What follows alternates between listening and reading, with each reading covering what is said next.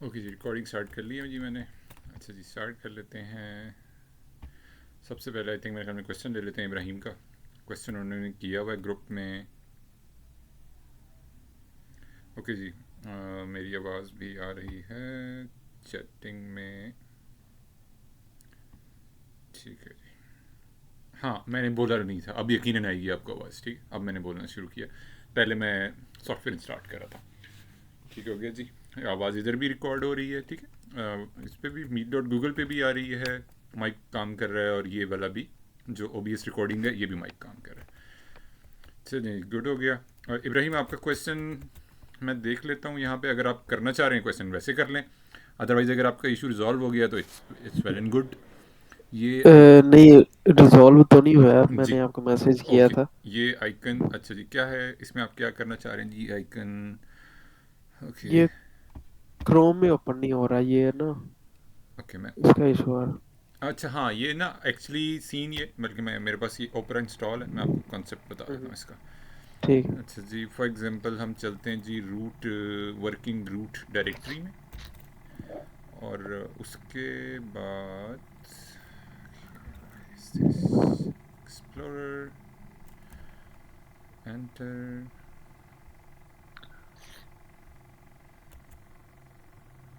अच्छा जी, ये आ गया जी हमारा रूट, वर्किंग रूट डायरेक्टरी आ गई। तो इसमें हमने किया ये हुआ है, राइट क्लिक करके।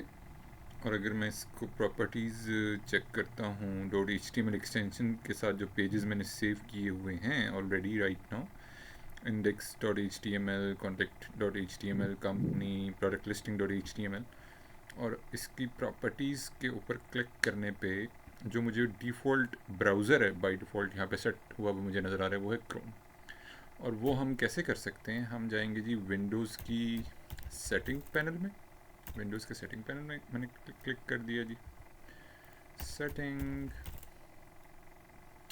मैंने लिखा जी सेटिंग, और ये आ गया जी सेटिंग पैनल ओपन हो गया हमारे पास। इसमें हमारे पास करंटली मैंने भी ओपरा ब्राउज़र अभी रिसेंटली इंस्टॉल किया है। तो ओपरा ब्राउज़र क्या करता है, अभी आपके स्क्रीनशॉट में भी जो आपने शेयर किया व्हाट्सएप ग्रुप में, ओपरा क्या करता है, वो बाय डिफ़ॉल्ट जैसे ही आप इंस्टॉल करते हो ना, तो वो आपसे पूछता है कि आपने इसको डिफ़ॉल्ट ब्राउज़र बनाना है कि नहीं बनाना। तो उसका अ, उसके बाद क्या होता है कि जितनी भी हमारी स्पेसिफिकली जो हमारी फाइल्स हैं। अच्छा जी, मैं जाता हूँ ऐप्स में। पहले हम ये वाला कॉन्सेप्ट यूज़ कर लें। ऐप्स में गया मैं, और इसमें हमारे पास डिफ़ॉल्ट ऐप्स आ रही हैं, ब्राउज़र आ रहे हैं, जो भी हम अपने विंडोज़ सिस्टम में हम यूज़ कर रहे हैं करंटली। मैंने क्या किया जी, सेटिंग डिफ़ॉल्ट के अंदर ऐप एंड फीचर्स, और यहाँ पे है जी ये क्रोम आ गया जी। ठीक है, इसको मैंने किया हुआ डिफ़ॉल्ट सेटिंग, सेट किया हुआ डिफ़ॉल्ट ऐप्स। ये click here on the left panel. Windows 11 में थोड़ा सा इंटरफेस डिफरेंट होगा। मैं इस वक्त विंडोज़ 10 यूज़ कर रहा हूँ प्रो, तो उसमें थोड़ा सा इंटरफेस डिफरेंट है। उसके बाद इसमें जाके ये आ गई डिफ़ॉल्ट ऐप्स आ गई। तो इसमें से आपने सेलेक्ट कर लेना है, इसको रिमूव कर देना ओपरा को। अगर तो क्रोम इंस्टॉल नहीं है तो आपको पहले क्रोम इंस्टॉल करना पड़ेगा। अदरवाइज़ जैसे मैंने अभी बताया कि जब मुझे ओपरा ब्राउज़र मैंने एक्जी फाइल रन किया, इंस्टॉल किया, तो वो ऑटोमेटिकली आपसे इस चीज़ की कंफर्मेशन ले लेता है साथ ही कि आप इसको set as a default browser बना दें इसको। तो जब आप सेट करते हो तो वो फिर डिफ़ॉल्ट ऐप्स में यहाँ पे नज़र आने लगता है। इस वक्त आपके पास जो वेब ब्राउज़र आ रहा होगा वो ओपरा आ रहा होगा। तो उसको आपने जाके चेंज कर लेना, क्योंकि हमारा जितना भी काम है मोस्टली हमने क्रोम ब्राउज़र के अंदर डेव टूल को यूज़ करते हुए हमने करना होता है। मोबाइल रिस्पॉन्सिव व्यू है, हमने इंस्पेक्ट एलिमेंट करना होता है।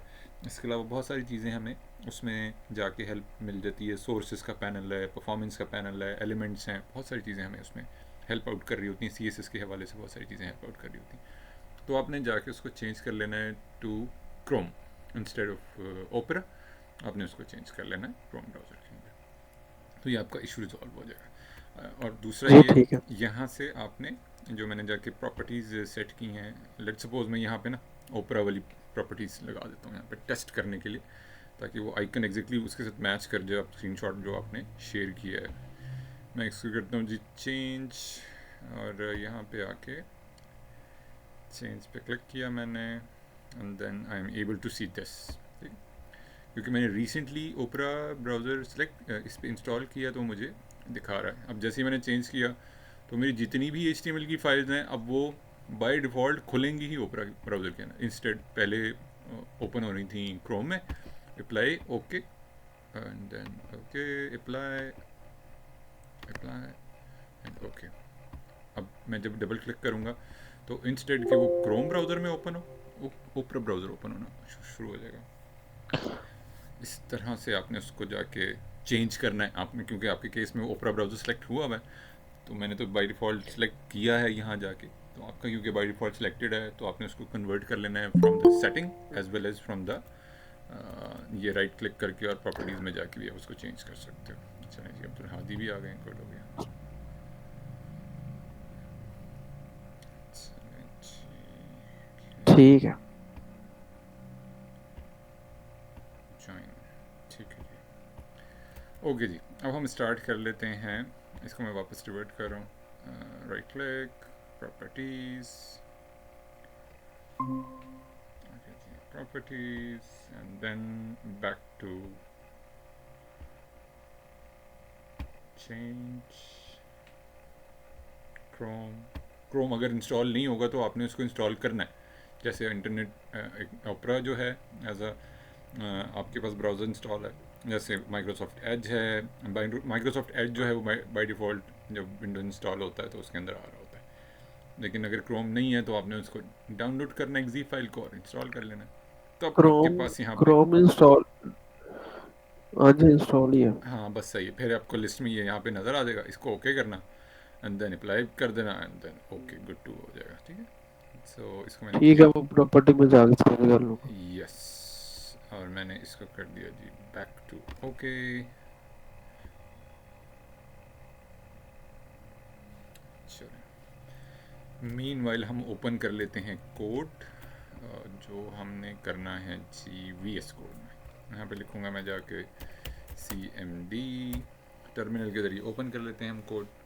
टर्मिनल कमांड में हम जाके लिखेंगे जी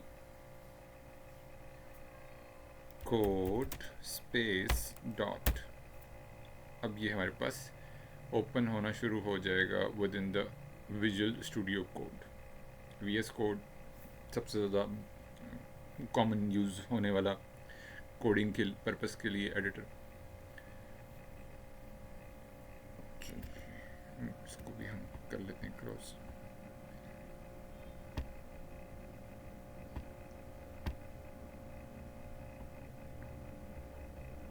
लें जी, कोड हमारा ओपन हो गया और हम देख लेते हैं कि लास्ट वीक हम क्या पढ़ रहे थे।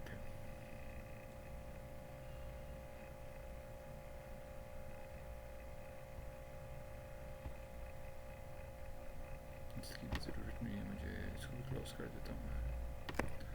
इसको भी क्लोज कर दिया मैंने, ओके।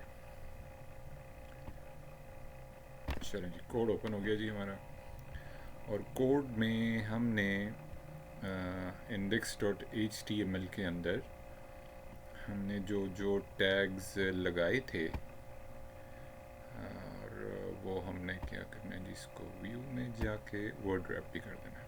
इससे हमारा जितना भी कोड है वो विद इन दिस स्क्रीन हो जाएगा। ठीक है, पहले वो स्क्रॉल आ रहा था, वो स्क्रॉल नहीं आ रहा बल्कि अब वो स्क्रीन के अंदर आ गया। और इसको मैं ओपन भी कर लेता हूँ,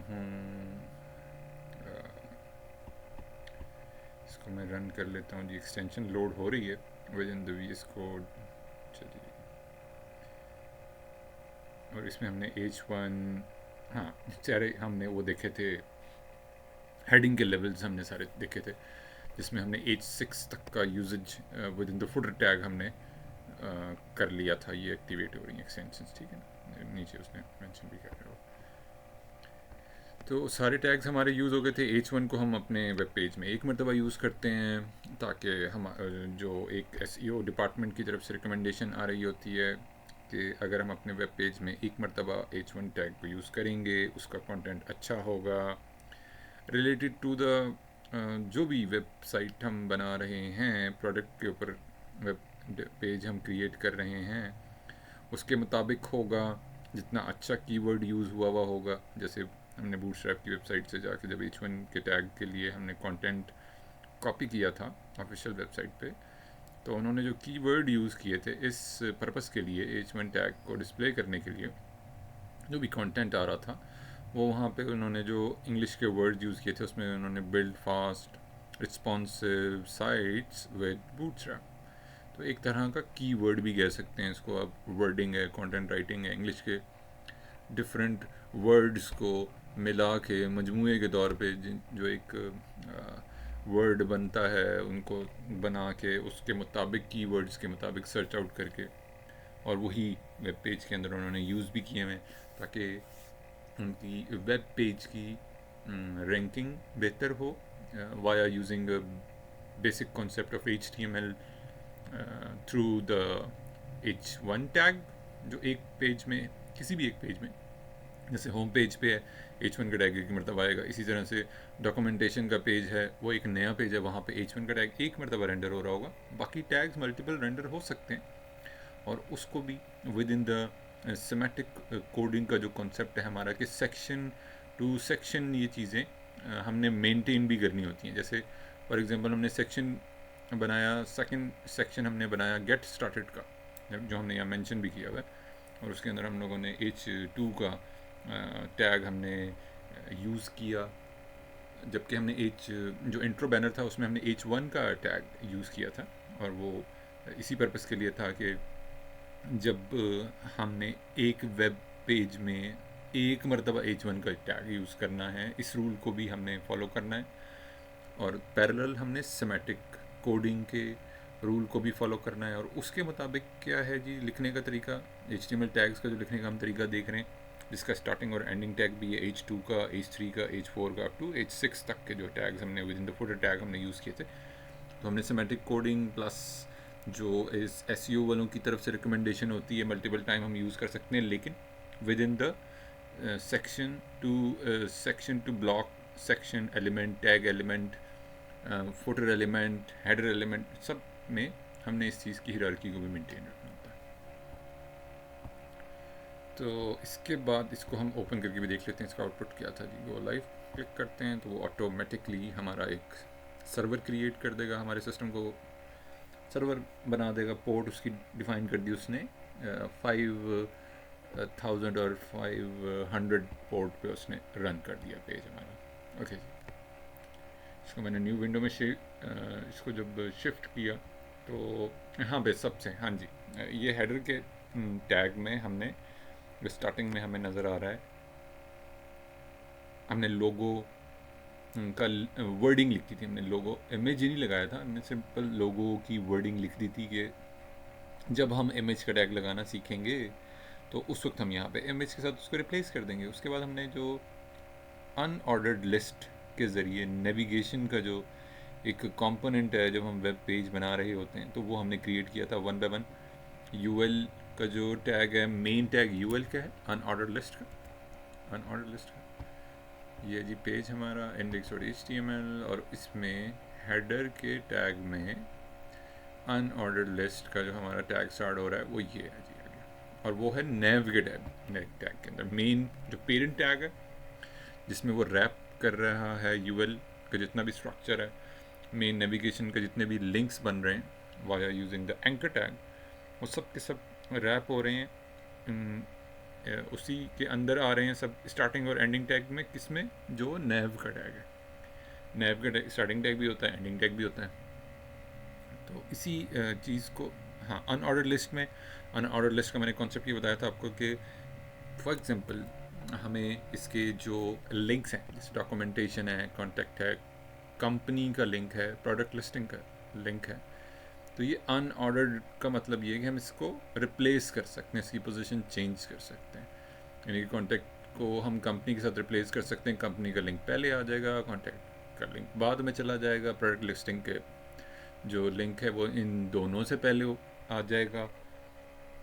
शफलिंग कर सकते हैं, शफल कर सकते हैं, यानी कि अनऑर्डर्ड है, लाजमी नहीं है कि हम उसमें कोई ख़ास किस्म की नंबरिंग को फॉलो कर रहे हों, बल्कि एक सिंपल वे में हमने जेनेरिक वे में जब मेन नेविगेशन के अंदर हमने डिफ़ाइन करने हैं लिंक्स, तो वो सब के सब हमने इसी तरह से अनऑर्डर्ड लिस्ट के मुताबिक ही काम करना होता है, जो कि एक स्टैंडर्ड तरीक़ाकार भी है। जब भी हम वेब पेज बना रहे होते हैं और नेविगेशन का कंपोनेंट क्रिएट कर रहे होते हैं तो हमने अनऑर्डर्ड लिस्ट का जो एक टैग है, पेरेंट टैग, वो हमने यूज़ करना होता है। उसके बाद जो LUL, और उसके बाद उसका जो चाइल्ड एलिमेंट होते हैं वो LIs होते हैं, और LI के अंदर हमने एंकर का टैग रख दिया था। सिंपल था। एंकर टैग में हमने HREF का हमने एट्रीब्यूट यूज़ कर लिया था, उसके अंदर हमने वर्डिंग लिख दी थी। और HREF के एट्रीब्यूट के अंदर उस पेज का पाथ लगाया जाता है, उस पेज का पाथ या उसी पेज में रहते हुए उस सेक्शन का।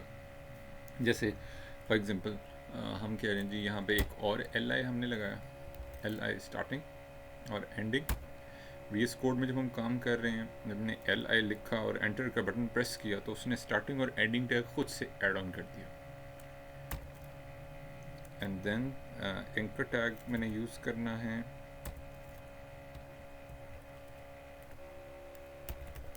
और ये है जी इंट्रो सेक्शन। ठीक है, अब मैंने ये लिख दिया जी जो मैंने इंट्रो सेक्शन बनाया, यहाँ पे मैंने इंट्रो सेक्शन ये रहा। अब मैं ये चाहता हूँ कि यूज़र इंस्टेड के वो पेज के ऊपर नेविगेट करे, जैसे कि हमने लास्ट लेक्चर में हमने देखा भी था, इस चीज़ को हमने डिस्कस भी किया था कि ये वाला जो HREF का एट्रीब्यूट है एंकर टैग के अंदर, जो एट्रीब्यूट है उसकी खासियत है, उसकी सलाहियत है, वो ये है कि यूज़र को, कस्टमर को, क्लाइंट को उस पेज के ऊपर नेविगेट करने में हेल्प कर रहा होता है ये वाला एट्रीब्यूट। इसकी जो खसूसियत है, HREF भी बोलते हैं इसको, एंकर टैग का। तो हम ये चाह रहे हैं कि हम इंट्रो सेक्शन के ऊपर नेविगेट करवा दें, इंस्टेड के पेज के ऊपर करवाएं। तो हम यहाँ पे जाके हम उस वाले सेक्शन का एड्रेस दे सकते हैं। एड्रेस कैसे दे सकते हैं? With starting the name of that section. अभी तक हमने कुछ भी नहीं लिखा, हमने कोई उस सेक्शन को कोई नाम नहीं दिया, हमने मज़ीद कोई एट्रीब्यूट नहीं पढ़ा। लेकिन अभी के लिए इस चीज़ को अकम्प्लिश करने के लिए, समझाने के लिए, मैं आप लोगों को इस चीज़ को बताने के लिए मैं क्या कर रहा हूँ जी, मैं यहाँ पे एक अदद ID लगा रहा हूँ। किस पे? इंट्रो सेक्शन पे एक अदद ID लगा रहा हूँ। यहाँ मैं लगाता हूँ जी एक अदद ID, जो हम प्रोग्रामेटिकली चीज़ों को देखने के लिए, प्रोग्रामिंग एंड पे जब हम प्रोग्रामिंग करते हैं किसी भी वेब पेज के अंदर, जब हम प्रोग्रामिंग करते हैं तो IDs का इस्तेमाल करते हैं। और IDs जो हैं किसी भी HTML टैग के लिए यूनिक होती हैं, उस स्पेसिफिकली उसी एलिमेंट को टारगेट करने के लिए हम IDs यूज़ कर रहे होते हैं। तो इस यहीं पे उसी एट्रीब्यूट को मैं यूज़ कर रहा हूँ, ID को। इसके साथ साथ क्लास की भी एट्रीब्यूट होता है, अभी मैं क्लासेस यूज़ नहीं कर रहा। अभी सिंपल इस कॉन्सेप्ट को समझाने के लिए मैंने ID का यूज़, यहाँ पे मैंने एट्रीब्यूट ऐड किया है, ID का एट्रीब्यूट ऐड किया है। जैसे मैंने लिखा इक्वल, इज इक्वल का साइन, ID लिखा, आइडेंटिफिकेशन, ठीक है, is equal, and then specify कर रहे हैं यूनिक ID है, और वो है ही सिर्फ स्पेसिफिकली इंट्रो बैनर के लिए। तो मैं क्या करता हूँ, यहाँ पे लिख देता हूँ लेट्स सपोज इंट्रो और इंट्रो बैनर। ठीक है, तो मैंने लिख दिया जी starting intro and then without space, उसके साथ बिल्कुल इकट्ठा मैंने लिखा जी ID मैंने मेंशन कर दी इंट्रो बैनर। अब मैंने इसको कर दिया सेव, एंड देन जो मैंने अभी एक एंकर टैग बनाया यहाँ पे with in the intro, with in the main navigation, जो कंपोनेंट मैंने क्रिएट किया ULLI लिस्ट के हेल्प से, उसको मैंने हैश का साइन के साथ, जहाँ पे मैंने पेजेस के लिंक लगाए थे वहाँ मैं पेजेस के लिंक नहीं लगाना चाह रहा, बल्कि कस्टमर को उस सेक्शन पे नेविगेट करवाना चाह रहा हूँ। तो मैं डायरेक्टली हैश के साइन के साथ यहाँ पे उसका मैंने पेस्ट ऑन कर दिया। सिंपल है, आसान है, ईजी है। यानी कि हम सेक्शन पे डायरेक्टली यहाँ से ऐसे मूव भी करवा सकते हैं। अब चूँकि ये सेक्शन सामने ही है, तो अगर लेट्स सपोज हम इस पूरे वेब पेज को एक डिज़ाइन कर लेते हैं, एक प्रॉपर डिज़ाइन होता है और वो पूरे सेक्शन को कवर कर रहा है, मतलब पूरी window screen starting from the top to bottom and then the next section, फिर जिस तरह से होता है अमूमी वेबसाइट में, वेब पेजेस में आपने देखा होगा कि हम पूरा एक सेक्शन के मुताबिक मूव ऑन कर रहे होते हैं। जैसे मैं गेट इनटू बूटस्ट्रैप, और यहाँ से ये पूरा एक सेक्शन है, इंट्रो सेक्शन है उनका, ठीक है, from starting from the top to bottom. अभी के लिए क्योंकि हमारे पास सिंपल सा है, कोई हमने कोई ख़ास डिज़ाइन वगैरह को फॉलो नहीं कर रहे, जस्ट हमने सिंपल HTML के टैग्स हमने पढ़े हैं और उसके मुताबिक जो भी पेज हमने डिस्प्ले किया, जो डिटेल्स हमारी डिस्प्ले हो रही हैं वो अकॉर्डिंगली उसी के मुताबिक ही उसने कुछ सिंपल लेआउट रखा हुआ है। तो इसके क्लिक के ऊपर अब उस वाले सेक्शन के ऊपर हमने नेविगेट करवा दिया। जैसे बाकी पेजेस के क्लिक के ऊपर वो कॉन्टेक्ट्स के पेज पे जा रहा है, इसी तरह से अगर प्रोडक्ट लिस्टिंग के ऊपर क्लिक करें, कंपनी के ऊपर क्लिक करें, तो वो उन रिलेटिव पेजेस के ऊपर जा रहा है, रिलेटेड पेजेस के ऊपर जा रहा है। लेकिन इंट्रो सेक्शन के ऊपर क्लिक करने से स्पेसिफिकली वो आईडी को टारगेट कर रहा है जो भी हमने उस सेक्शन के ऊपर इस्तेमाल किया है। जैसे मैंने अभी के लिए आईडी का इस्तेमाल किया। आईडी ज़्यादातर हम प्रोग्रामिंग के लिए इस्तेमाल कर रहे होते हैं। जब हम किसी वेब पेज को इस एडवांस लेवल पे लेके जाते हैं कि जब उस पर डिस्प्ले होने वाली चीज़ें हार्ड कोडेड नहीं होती, बल्कि डायनेमिकली या डेटाबेस के ज़रिए डिस्प्ले हो रही होती हैं। डायनेमिकली या डेटाबेस के ज़रिए डिस्प्ले हो रही होती हैं। डायनेमिकली का मतलब ये है कि जावास्क्रिप्ट की हेल्प से चीज़ें डिस्प्ले हो रही होती हैं, जेसन फाइल के ज़रिए हेल्प से डिस्प्ले हो रही होती हैं, जेसन फाइल, जावास्क्रिप्ट या डीबी के ज़रिए। तो ये जब उस लेवल पे हम एडवांस लेवल पे कोडिंग करते हैं तो हमारी प्रेफरेंस प्रोग्रामिंग एंड पे आईडीज़ को कंजप्ट कर रहे होते हैं। अच्छा, जैसे ULLI का स्ट्रक्चर होता है ना, तो इसी तरह से हमारे पास with in the HTML tag हमारे पास एक ऑर्डर्ड लिस्ट का भी स्ट्रक्चर होता है, और वो स्टार्ट होता है जैसे UL स्टार्ट होता है UL से। तो ऑर्डर्ड लिस्ट जो है, अनऑर्डर्ड लिस्ट और ऑर्डर्ड लिस्ट, तो ऑर्डर्ड लिस्ट जो है वो OL से स्टार्ट होता है। बाकी रेस्ट ऑफ द स्ट्रक्चर वही है, चाइल्ड एलिमेंट LI होते हैं सबके, UL का भी और OL का भी। और यहाँ पे मैं कोई एंकर टैग नहीं रख रहा, मैं सिंपल कुछ सिंपल प्लेस होल्डर टेक्स्ट जो है मैं यहाँ पे लिख लेता हूँ। मैं लिखता हूँ जी यहाँ पे जो मैंने ऐड ऑन करना है, मैंने टेक्स्ट प्लेस होल्डर टेक्स्ट मैंने ये ले लिया, ठीक है जी, फॉर द फर्स्ट LI। इसी तरह से सेकंड LI के लिए यहाँ से यहाँ तक मैं लाइन को करता हूँ कट। इसी सेंटेंस में से जो प्लेस होल्डर है मेरे पास टैग आया है, इसी को मैंने किया कट, एंटर प्रेस किया, सेकंड LI मैंने लिखा और यहाँ में मैंने इसको पेस्ट ऑन कर दिया, कॉपी किया और पेस्ट किया। ठीक है, I am doing the copy and paste. अब ये मैंने किया cut, copy paste and cut. इसको मैंने कर रहा हूँ जी राइट क्लिक। ये सिर्फ आप लोगों को बताने के लिए मैं कट कर रहा हूँ, अदरवाइज़ मैं शॉर्टकट कीज़ के ज़रिए कंट्रोल X प्रेस कर रहा हूँ तो वो वहाँ से हाइड हो जाता है। ठीक है, एंड देन एक और LI मैंने लगा दिया इसी चीज़ को मज़ीद डिटेल में सेपरेटली डिस्प्ले करने के लिए, अलग अलग डिस्प्ले करने के लिए। है प्लेस होल्डर टेक्स्ट ही, उसके अंदर डिफरेंट पैराग्राफ मुझे मिला था पूरा कंप्लीट, तो उस पैराग्राफ को मैंने डिवाइड कर लिया, हर एक अलग LI के अंदर रख दिया, ताकि जब हम इसका फ्रंट एंड देखें तो हमें समझ में आए कि ऑर्डर्ड लिस्ट में और अनऑर्डर्ड लिस्ट में बुनियादी फ़र्क क्या होता है।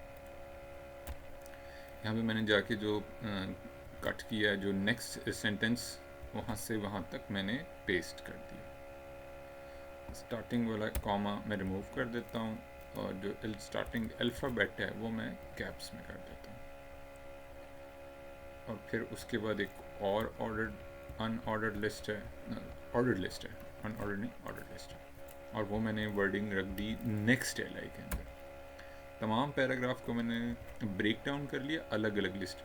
अमूमी तौर पे आप लोगों ने देखा होगा पेजेस के अंदर इस तरह की लिस्ट बनी हुई नज़र आ रही होती है अमूमी तौर पर। ठीक, जैसे मिसाल के तौर पे हम चलते हैं जी, ये एक लिस्ट ये भी कह सकते हैं, ठीक है, पॉइंट बने में पॉइंट्स आ रहे होते हैं, मतलब 1 2 3 नेक्स्ट 1 2, जो भी एक जेनेरिकली समझाने के लिए कस्टमर को, यूज़र को वेब पेज के ऊपर बताने के लिए कि यार ये जितने भी पॉइंट्स हैं इसकी ख़ास किस्म की तरतीब है, ख़ास किस्म की ऑर्डर्ड लिस्ट है, ये नंबर्स के साथ आ रही हैं, डिस्प्ले हो रही हैं। तो वो चीज़ हम बनाने के लिए, डिस्प्ले करने के लिए हम ऑर्डर लिस्ट का इस्तेमाल कर सकते हैं, HTML टैग का इस्तेमाल कर सकते हैं, हमारे पास एक फैसिलिटी मौजूद है।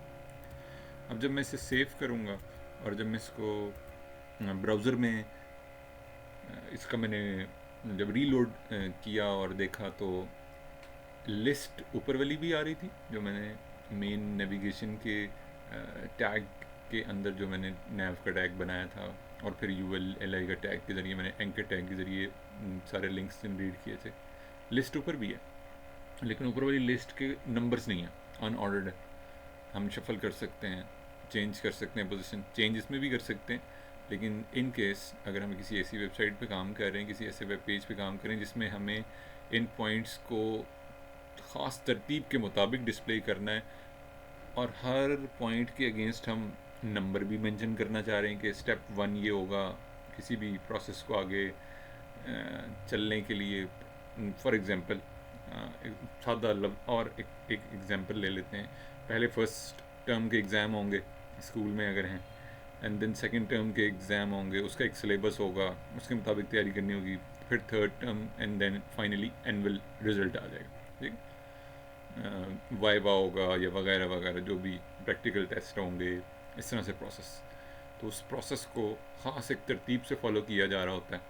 फर्स्ट टर्म के एग्ज़ाम में जो सिलेबस होता है उसमें सब सारी बुक शामिल नहीं होती, लेकिन जैसे जैसे वो आगे इनिशिएट होती जाती हैं चीज़ें, अगले स्टेप पे जाती जाती हैं, तो फाइनल इन एनुअल एग्ज़ाम में सारी बुक का जो भी एक चैप्टर्स होते हैं वो शामिल होते हैं और उसमें से एग्ज़ाम आना होता है। तो एक ख़ास किस्म की तरतीब होती है।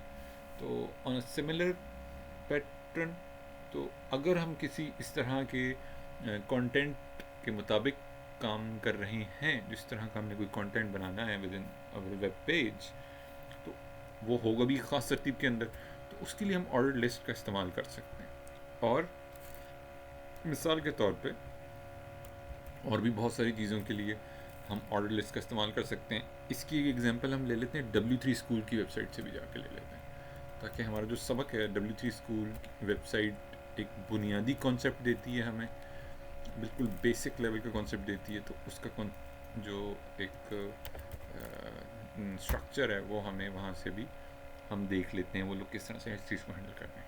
मैंने लिखा है जी W3 स्कूल, मैं ना कॉपी करके ग्रुप में शेयर भी कर देता हूँ, इन केस अगर आप लोग सर्च आउट करें तो आप लोगों को भी आइडिया हो। अच्छा जी, मैंने मूव ऑन कर दिया है जी। This use to search on Google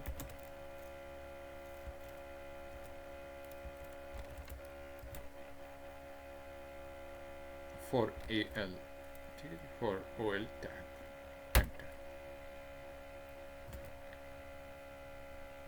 तो मैंने जैसे ही सर्च किया तो मेरे पास उसने मुझे एक तो सबसे पहले जो आजकल सबसे मोस्ट कॉमनली जो AI का जो एक बाय डिफ़ॉल्ट हमें एक स्ट्रक्चर बता दिया जाता है कि उसमें सारी चीज़ें यही आ रही हैं, the OL tag in HTML according to, क्योंकि मैंने W3 स्कूल्स का रेफरेंस यहाँ पे लिखा है, उसी के मुताबिक उसने आंसर निकाल के AI जो जेमिनाई के बैकएंड पे जो जेमिनाई है वो काम कर रहा होता है गूगल के, क्योंकि गूगल वालों का अपना एक टूल है ये जेमिनाई, और उसी से जो डिटेल्स फेच होके इंटरनेट पे और ऑफिशियल वेबसाइट पे W3 स्कूल की ऑफिशियल वेबसाइट पे जो डिटेल मौजूद है उसी के मुताबिक उसने डिफाइंस जितनी भी जो बुनियादी उसकी जो डेफिनेशन है वो हमें बता दी है, डिफाइन कर दी है।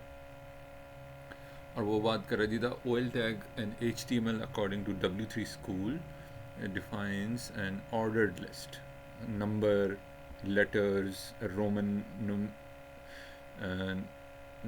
रोमन नंबर्स होते हैं, और इसी की तरतीब को भी हम स्टार्ट फ्रॉम 5 वगैरह ये भी हम इसको देख लेते हैं कोड में जाके। तो उसने एग्जांपल के तौर पे नीचे आपको कोड भी करके बता दिया। वाह, ये तो एक नेक्स्ट लेवल ही हो गया भाई, काम आसान होती जा रही ज़िंदगी बहुत।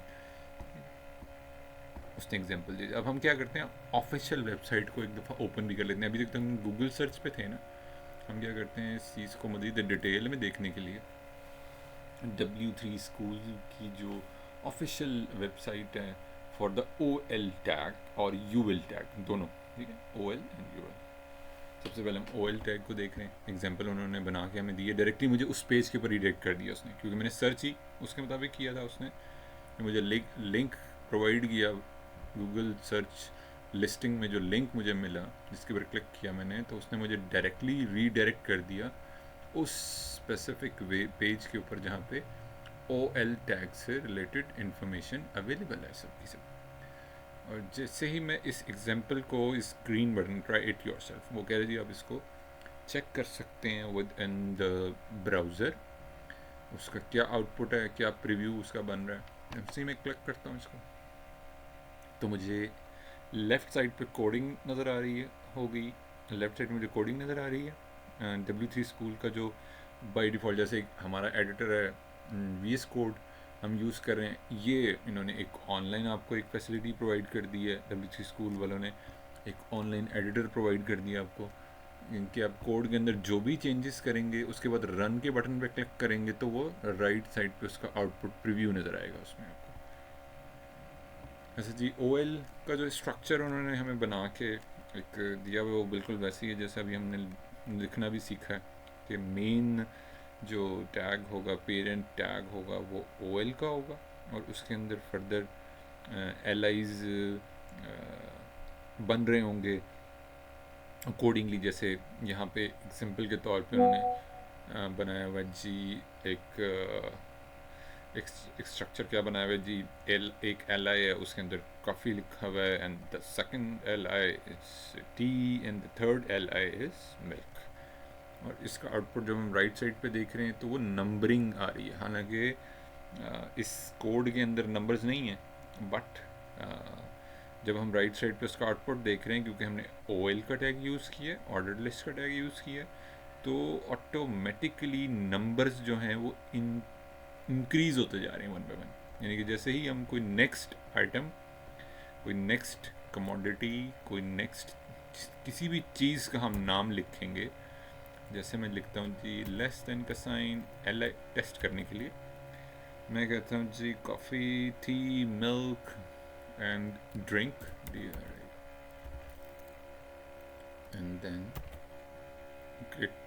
इसको लेस देन का साइन विद फॉरवर्ड स्लैश, और LI को मैंने वैसे ही कंप्लीट भी कर दिया।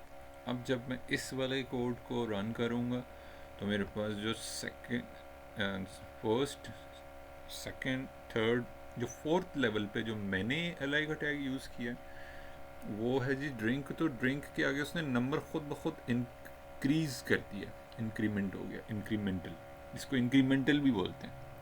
This is also called the incremental numbers using the OL tag. जब ऑर्डर लिस्ट वाला कॉन्सेप्ट हम यूज़ कर रहे होते हैं तो ऑटोमेटिकली इंक्रीमेंट, इंक्रीज़ हो रहा होता है नंबर खुद ब खुद। इस तरतीब को हम चेंज भी कर सकते हैं। हम कह रहे हैं यार हमने 1 से नहीं स्टार्ट करना, बल्कि हम स्टार्ट करवाना चाह रहे हैं वो विद स्पेसिफिक नंबर कोई भी। जैसे हमने एग्जांपल के तौर पे नीचे एक कॉन्सेप्ट हमें समझाने के लिए उन्होंने दिया हुआ है कि अब वो स्टार्ट कर रहे हैं 50 से, तो वो 50 से ऑनवर्ड नंबर्स वो होंगे, डिस्प्ले होंगे। और ये इसी टैग की, जैसे हमने एंकर टैग का एक फीचर पढ़ा कि HREF जो है वो कनेक्ट करने में, पेजेस को कनेक्ट करने में हेल्प आउट कर रहा होता है। इसी तरह से OL के अंदर स्टार्ट का जो एट्रीब्यूट है, उसकी जो खासियत है, सलाहियत है, वो क्या करती है, उसके नंबर की जो स्टार्टिंग वैल्यू है वो उसको चेंज करने में हेल्प करती है।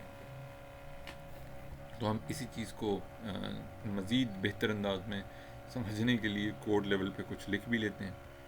जैसे कोड में हम चलते हैं जी विद इन द कोड, और एक और OL क्रिएट कर रहा हूँ जी मैं यहाँ पे। और OL क्रिएट करने के बाद मैं यहाँ पे LIs, दिस इज हम लिख लेते हैं जी school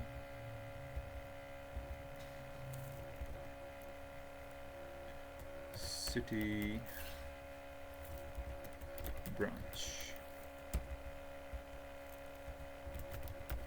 Lahore,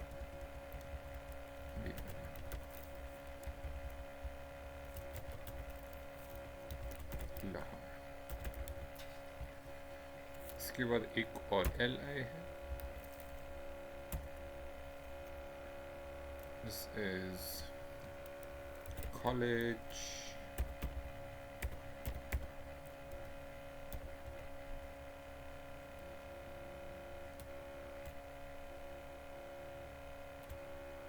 and other example। उसके बाद एक और ये है जी यूनिवर्सिटी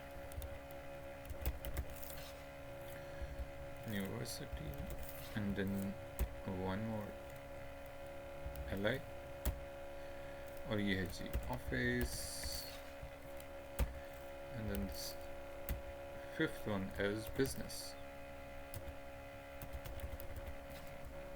सेव किया मैंने और जब मैं इसको ब्राउज़र में इसको मैंने क्या किया, सेव किया। I save this file. Auto save का फीचर रख सकते हैं आप, ठीक है, ऑटो सेव का फीचर भी होता है, वो भी कर सकते हैं। मैंने नहीं इनेबल किया हुआ, दैट्स वाई मैंने क्या किया जी Ctrl+S कीबोर्ड से, या आप सेव के बटन पे क्लिक करोगे तो सेव हो जाएगा। और जब ब्राउज़र में आप इसको देखेंगे तो क्योंकि हमने वो इसको रन किया हुआ है यूजिंग द एक्सटेंशन, तो ये ऑटोमेटिकली ऑटो रिफ्रेश हो जाता है। जब भी कोई चेंज करते हैं, हम सेव करते हैं, तो यहाँ पे वो ऑटोमेटिकली उसको रिफ्रेश करके रेंडर कर देता है कोडिंगली। ये आगे जी आपका फर्स्ट ऑर्डर लिस्ट जो हमने बनाई, लेटेस्ट ऑर्डर लिस्ट जो हमने बनाई, उसमें क्या आ गया जी, school, city, branch Lahore, college another example, third number पे university and office and business. हम कह रहे हैं जी नंबर जो हैं वो स्टार्ट हों, instead of 1 2 3 it should be space देनी है आपने, लिखना है यहाँ पे स्टार्ट, और हम कह रहे हैं जी starting from 10 instead of 1 it should start from 10। Save किया मैंने फाइल को, चेंजेस करने के बाद सेव किया, और इसको जब हमने देखा रीलोड, ठीक, रीलोड का बटन, और जब रीलोड किया हमने तो उसका आउटपुट क्या आ गया जी, अब वो जो पहले 1 से स्टार्ट हो रहा था तो उसने उसको 10 से कर दिया, क्योंकि हमने उसको बता दिया, हमने information they the using the OL start attribute कि वो फ्रॉम 10 टू ऑनवर्ड्स उस स्ट्रक्चर को बनाए। और बाकी UL को हम पहले ही देख चुके हैं, दोबारा से यहाँ एक और मरतबा लिख लेते हैं। हम कह रहे हैं जी यहाँ पे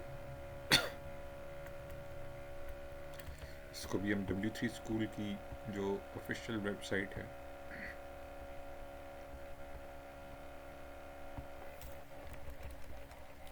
पहले मैंने OL सर्च किया था, अब मैं सर्च कर रहा हूँ जी UL, क्योंकि मैं W3 स्कूल का कॉन्सेप्ट उसी को लेके मैंने उस सैम्पल आप लोगों को बतानी है, तो मैंने सर्च किया।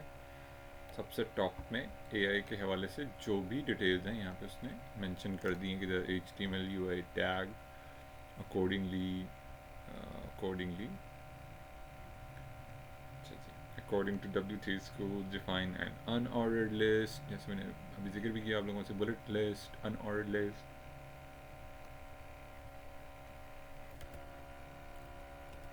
बुलेट का मतलब है ये जो डॉट का साइन आ रहा है, ये बुलेट से, ठीक है। अच्छा, ये हो गया जी bullet unordered bullet list.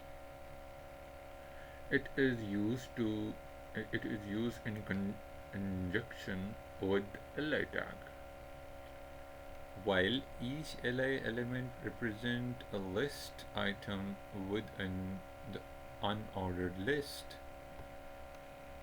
Example के तौर पे हम इसे ओपन कर लेते हैं जी।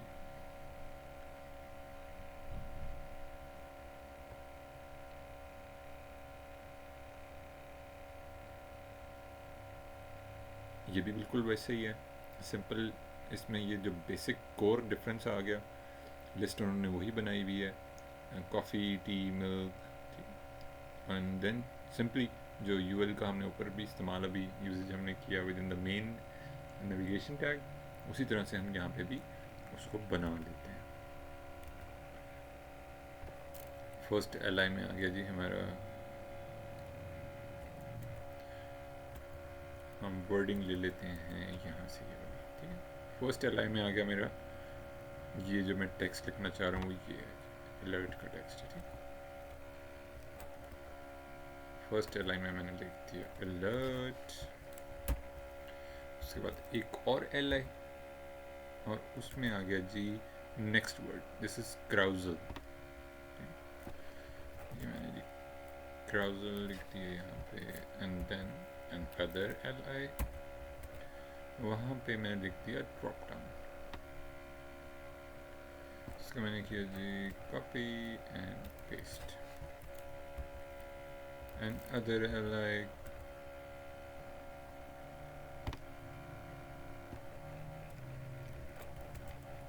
मैंने कॉपी और यहाँ पे पेस्ट कर दिया of canvas.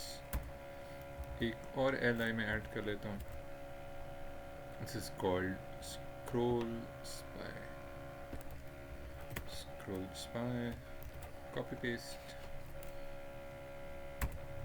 one more li, and it will be the last one, this is toast। इसका अब मैंने जाके इसको सेव, कंट्रोल एस से भी आप सेव कर सकते हैं, ठीक, कीबोर्ड से कंट्रोल एस प्रेस करेंगे तो फाइल सेव हो जाएगी। मैंने सेव किया,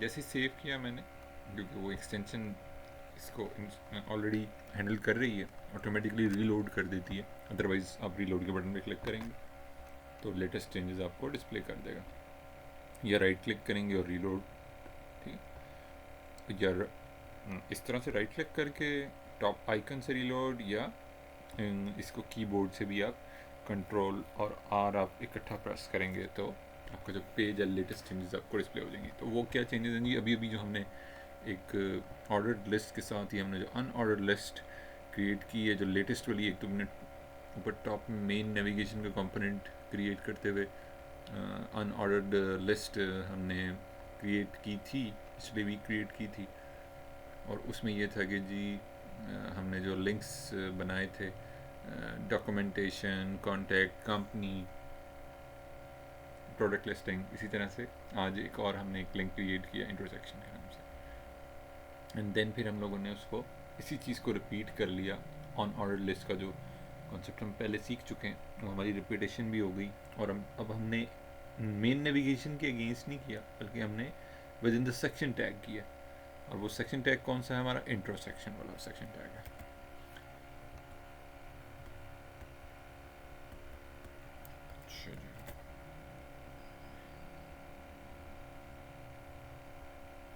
इसके बाद जो जी हमारा बड़ा एक बेसिक सा जो एक आप कह लें टैग हमारा यहाँ पे वो हम डिस्कस कर लेते हैं, और वो है जी हमारा इमेज का टैग।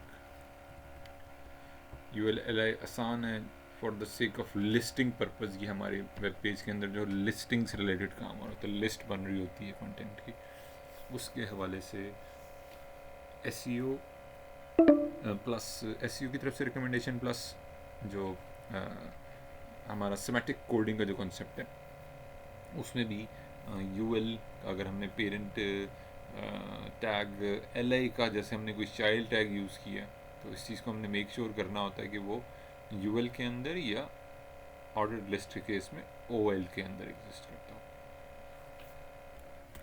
एंड देन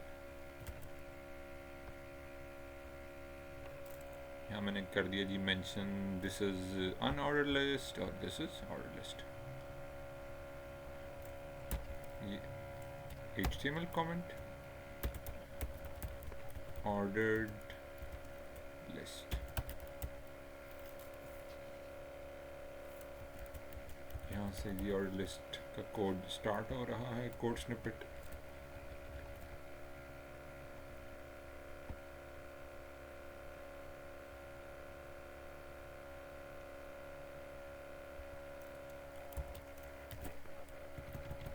यहाँ मैंने लिख दिया एंड। ये दोनों अनऑर्डर्ड लिस्ट और ऑर्डर लिस्ट को मैंने सेपरेट HTML कमेंट्स भी दे दिए। अनऑर्डर्ड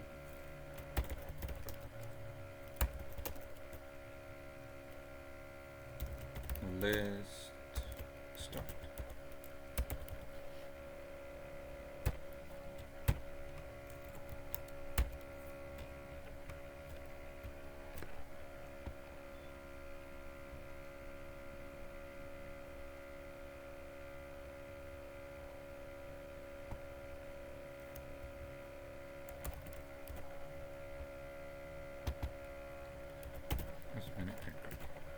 चलिए मैं यहाँ पे इमेज का टैग भी लगा लेता हूँ।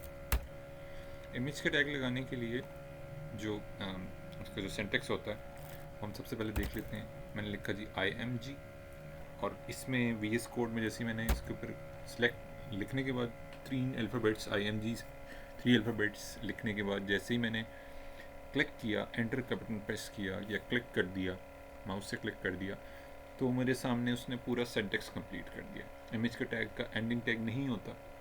इससे पहले हमने UL पढ़ा, OL का टैग पढ़ा, हमने सेक्शन का टैग पढ़ा, टाइटल टैग्स पढ़े, उनके एंडिंग टैग्स होते हैं। इमेज का टैग के एंडिंग टैग नहीं होता। इमेज के टैग में 2 बुनियादी एट्रीब्यूट्स, उसकी खासियत, उसकी सलाहियत जो होती है, उस सबसे मेन चीज़ जो होती है उसमें सोर्स होता है, उस इमेज का पाथ बताते हैं। ब्राउज़र को हमने ये इन्फॉर्मेशन देनी होती है कि जो हमने इमेज का टैग लगाया है उसका पाथ क्या है, किस इमेज को वो डिस्प्ले करे, ये इन्फॉर्मेशन हम उसको देंगे विद इन सोर्स एट्रीब्यूट। और साथ में दूसरा एट्रीब्यूट जो है, ऑल्ट वाला एट्रीब्यूट जो है, वो हमारा SEO purpose, search engine optimization purpose के हवाले से वो एक इम्पॉर्टेंट रोल प्ले कर रहा होता है, जो भी टेक्स्ट उसके अंदर लिखा जाता है।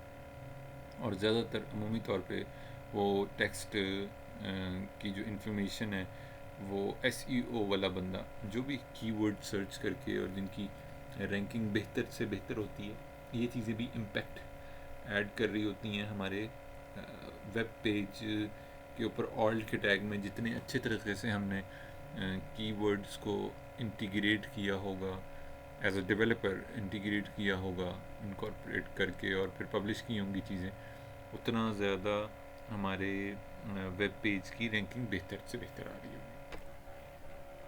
अब मैंने किया इसको जी ऐड ऑन करना है, यहाँ पे एक अदद इमेज का सोर्स ऐड करना है। अभी मेरे पास कोई इमेज नहीं है, तो मैं क्या करता हूँ, मैं चलता हूँ जी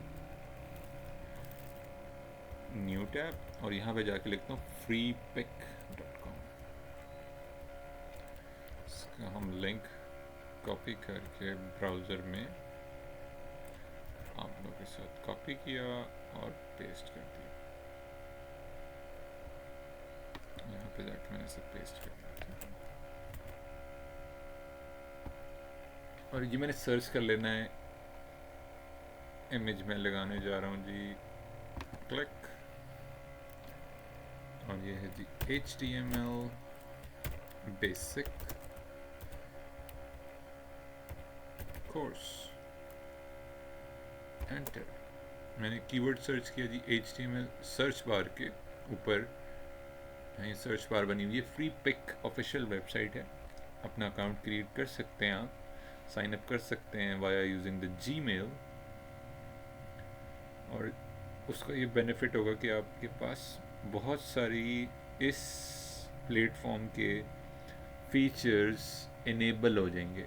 आसानी से आप इमेज को डाउनलोड करके with in your web page उसको आप इंटीग्रेट कर सकते हैं, बना सकते हैं, क्रिएट कर सकते हैं। तो मेरे केस में राइट नाउ मैंने एक कीवर्ड सर्च किया HTML बेसिक कोर्स। जैसे ही मैंने ये कीवर्ड सर्च किया तो मेरे पास काफ़ी सारे इमेजेस यहाँ पे नीचे डिस्प्ले हो गए। कॉपी पेस्ट एंड अब मैं क्या करता हूँ, इन्हीं में से एक इमेज फॉर नाउ, अभी के लिए मैं इन्हीं में से एक इमेज को ना मैं सिलेक्ट कर देता हूँ। फॉर एग्जांपल ये वाला इमेज ले लेते हैं। ऐसे में क्लिक करूँगा तो मेरे पास आ गया जी ये इमेज। अब मैंने ये डाउनलोड भी करना है, तो मुझे ये ऑप्शन दे रहा है राइट साइड पे टॉप पे डाउनलोड करने के लिए, और उसके साथ ये एक छोटा एरो का बटन भी आ रहा है। मैं क्लिक करता हूँ जी इस एरो के बटन पे।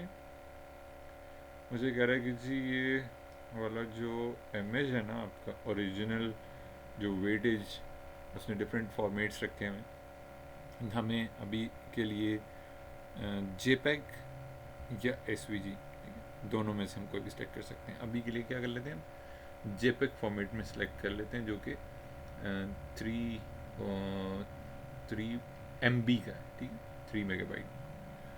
मैंने क्लिक करूँगा जैसे ही, तो जैसे ही मैंने क्लिक किया तो इमेज की एक उसने कॉपी मेरे सिस्टम में डाउनलोड कर दिया।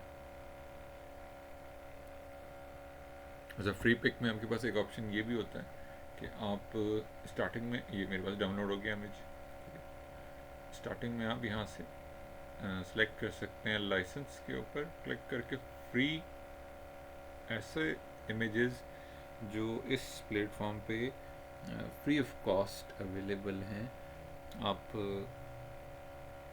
उनको भी डाउनलोड कर सकते हैं, यहाँ पे जाके उसको फ़िल्टर आउट कर सकते हैं। जैसे ही मैंने फ्री के ऊपर क्लिक किया तो प्रोसेस होके पहले वो दोनों इमेजेस दिखा रहा था, पेड भी दिखा रहा था और फ्री भी दिखा रहा था, लेकिन जैसे ही मैंने उसको जाके चेंज किया, स्विच किया और मैंने उसको सेलेक्ट कर लिया फ्री वाले इमेजेस, तो वो सिर्फ फ्री ही जो इमेजेस अब इस प्लेटफॉर्म पे अवेलेबल हैं, उसने उसको फ़िल्टर आउट करके मुझे वही वाले इमेजेस दिखा रहा। तो मैंने उसी में से ये वाला इमेज सेलेक्ट किया था जो ऑलरेडी फ्री भी है और वो डाउनलोड हो गया है, मेरे सिस्टम पे आ गया है। मैं चलता हूँ जी डाउनलोड फोल्डर के अंदर, और यहाँ पे हम चलते हैं जी, कहाँ पे जाके इसने डाउनलोड किया जी, this is the image I need, recently जो इसने डाउनलोड किया, शो इन फोल्डर।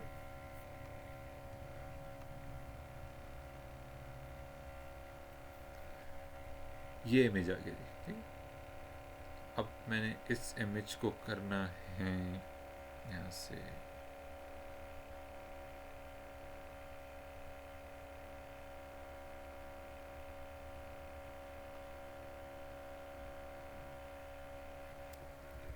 मैंने कॉपी कर लिया इसको, और मैं रूट डायरेक्टरी पे जाऊँगा, क्लिक न्यू फोल्डर, मैंने एक फोल्डर क्रिएट कर लिया और इसका नाम मैंने रखा इमेजेस, ठीक है, इमेजेस भी रख सकते हैं, इमेज भी रख सकते हैं, ठीक है? इमेज या इमेजेस, इमेज का फोल्डर भी रख सकते हैं, ये भी ठीक है। IMG इमेज रिप्रेजेंट कर रहा है, ठीक, जैसे CSS के लिए मैंने CSS का फोल्डर रखा था, तो इमेजेस के लिए आप इन दोनों फॉर्मेट को फॉलो कर सकते हैं, दोनों ठीक हैं।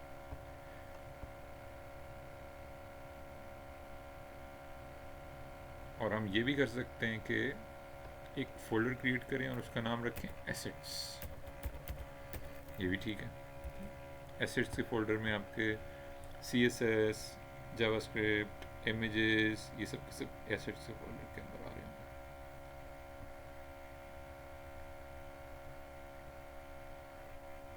अच्छा जी, ये हो गया जी आपका। इसमें अब मैंने क्या करना है जी, इमेजेस का जो फोल्डर है ना, वहाँ पे जाके उस इमेज को मैंने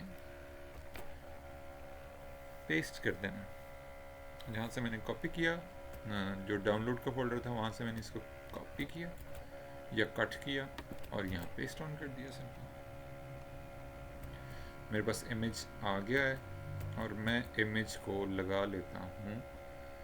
ये देखिए जी, जैसे मैंने इमेज यहाँ पे उसको लगाया ना, तो वो अब मुझे मेरी जो वर्किंग रूट डायरेक्टरी है, यहाँ पे मैंने इमेजेस का फोल्डर क्रिएट किया, इमेज का फोल्डर क्रिएट किया, IMG इमेज, इमेजेस, एसेट का फोल्डर क्रिएट किया, और जब मैं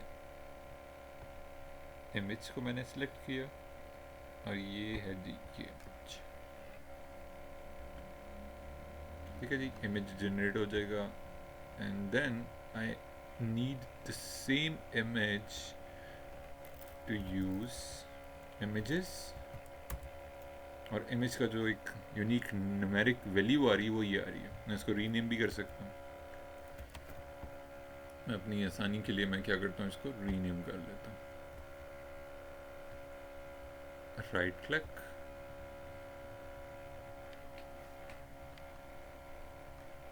एंड रीनेम।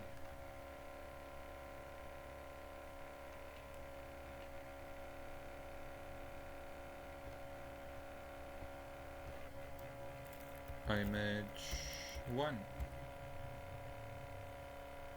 इसको मैंने रीनेम कर दिया। अब मैं जब इमेज लगाऊंगा तो वो मुझे बता रहा है VS कोड कि आपने इस इमेज को अभी अभी रीनेम भी कर दिया और उसका ये नेम है। इससे ये भी पता चल गया कि मैंने जो पाथ लगाया है वो ठीक है। जब वो प्रॉम्प्ट कर रहा है हर जगह पे जाके मुझे बता रहा है, इट मीन्स कि मैंने पाथ भी सही वाला यूज़ किया। अब मैंने इसे सेव किया और जब हम ब्राउज़र में जाएंगे इसका आउटपुट देखते हैं। अच्छा जी, इमेज आ गया जी, वो इस image save and image, okay, reload.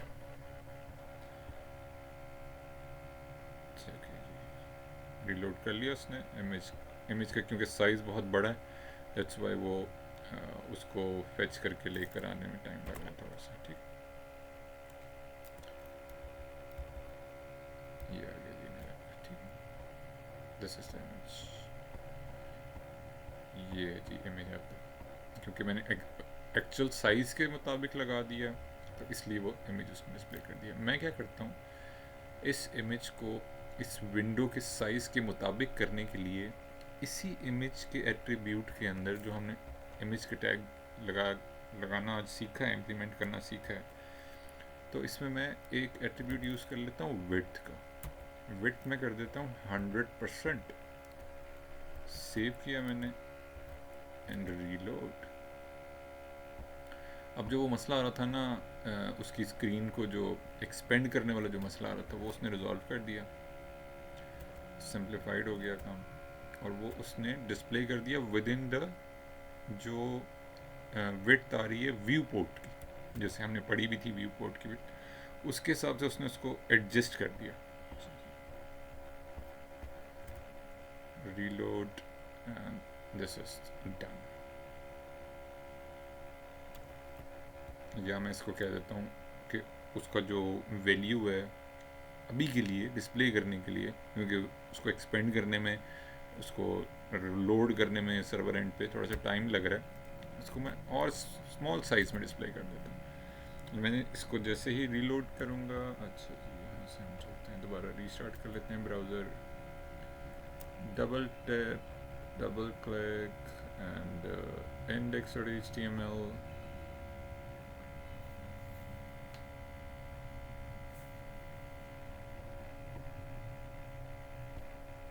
और यहाँ पे जाएंगे new window and spin down, और इसी तरीके से इमेज हमारा आ जाएगा। ये आ गया इमेज, ठीक है, क्योंकि मैंने उसका साइज़ छोटा करके उसको 100 पिक्सल एक यूनिट दे दिया, 100 यूनिट, पिक्सल नहीं दिया मैंने, 100 एक यूनिट दे दिया, विड्थ को 100 के लिए एक मैंने यूनिट के ज़रिए डिस्प्ले कर दिया। तो इस तरीके से हम इमेज इजीली लगा सकते हैं। कल का जो लेक्चर होगा हमारा, उसको हम इसी को आगे लेके चलेंगे। अभी के लिए आज मैं यहीं पे पॉज कर रहा हूँ, कल वाले लेक्चर को हम दोबारा रिपीट कर लेंगे, ठीक है? हाँ ठीक है, बिल्कुल परफेक्ट। मुझे पता भी चल गया, इब्राहिम ने मैसेज भी डिस्प्ले कर दिया, मीटिंग भी एंड हो गई है। कल मैं कंटिन्यू करूँगा इसको, ठीक। थैंक यू आप लोगों ने क्लास ज्वाइन की, जज़ाकल्लाह खैर।